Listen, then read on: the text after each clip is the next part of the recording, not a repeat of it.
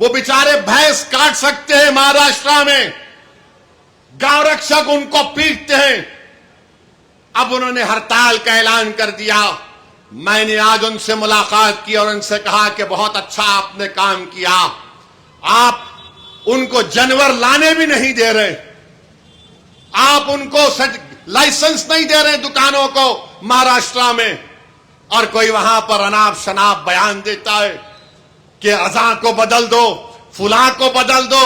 ارے مودی جی، بھارت کو اب کیا کرنا چاہتے بتاؤ آپ؟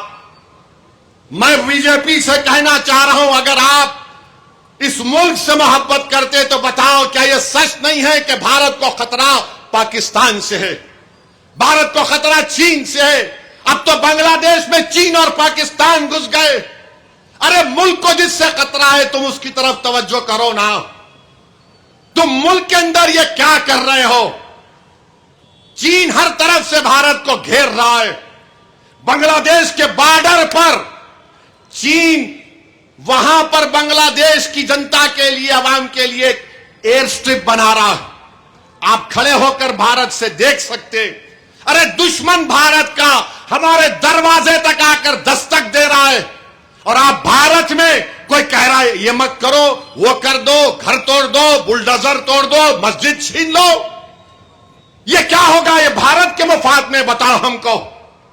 پہلگام میں 26 ہمارے ہندو بھائیوں کو پاکستان کے 4 ٹیررسٹ نے ان کی جان لے لی، اور وہاں کے گورنر صاحب اب بول رہے ہیں جولائی کے مہینے میں میں ذمہ دار ہوں. ہم سنتے تھے باسی کڑی کو ابال نہیں آتا، مگر باسی کڑی کو ابال آ ہی گیا. اگر تم ذمہ دار ہے تو چھوڑو نا، چھوڑ کے چلے جاؤ. آخر کیسے اس پہلگام میں وہاں پر آتنکوادی کیسے پہنچے بتاؤ ہم کو. اگر تم یہ کہہ رہے ہو کہ بہار میں بنگلہ دیشی روہنگیا ہے، تم کو اس کی خبر ہے، تو پہلگام میں وہ 4 ٹیررسٹ کیسے پہنچے میرے کو بتاؤ. تم بول رہے کہ بہار میں نیپالی ہیں، تو پھر پہلگام میں 4 ٹیررسٹ کیسے آئے؟ تم سو رہے تھے؟ تمہارا ایڈمنسٹریشن آنکھ بند کر کے بیٹھا تھا تاکہ وہاں پر 26 ہمارے ہندو بھائیوں کے سروں میں گولی مار دی جائے؟ بتاؤ. جب تم الیکٹرل لسٹ کے نام پر بنگلہ دیشی روہنگیا بول رہے، ارے پہلگام کا بدلہ لینا ہے. آپریشن سندور کو جاری رکھو جب تک کہ وہ 4 ٹیررسٹ جو بھارت کے 26 لوگوں کو ان کا مذہب پوچھ کر گولی مارے، جب تک وہ پکڑے نہیں جاتے، جب تک وہ مارے نہیں جاتے، ہم تم کو سوال کرتے رہیں گے. پہلگام مودی حکومت کی ایک سیکورٹی لیبس کا ایک کامیاب آپ کے سامنے ایک ایگزامپل. میرے عزیز دوستوں اور بزرگوں، ہم یہاں کی حکومت سے بھی کہنا چاہیں گے کہ آپ تعاون کریں غریبوں کو ان کا برتھ سرٹیفکیٹ بنانے کے لیے، ان کا پاسپورٹ کے پولیس ویریفیکیشن کو جلد سے جلد کرانے کے لیے. ہم بھی نہیں چاہتے کہ تلنگانہ میں ایسی حکومت آئے جو ہندو اور مسلمانوں میں نفرت کو بڑھاوا دے. ہم نہیں چاہتے کہ کوئی وہ طاقتیں یہاں پر مضبوط ہوں جو بلڈوزروں سے گھروں کو توڑنا چاہتے ہیں. ہم نے ہمیشہ دلوں کو جوڑنے والوں کا ساتھ دیا، دلوں کو توڑنے والوں کا ساتھ کبھی نہیں دیں گے.